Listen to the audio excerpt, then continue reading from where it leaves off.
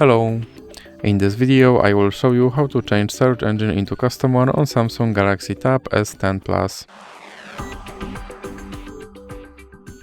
So you have to start by opening your internet browser, and now you have to go to your custom search engine website, and for this video I will use yep.com. And now you have to search something using your custom search engine.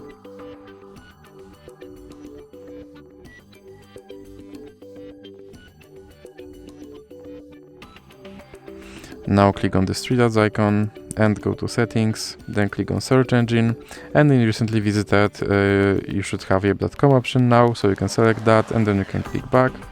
And as you can see, my search engine is now set to Yep. So that's it for this video. If you liked it, please remember to leave like and subscribe.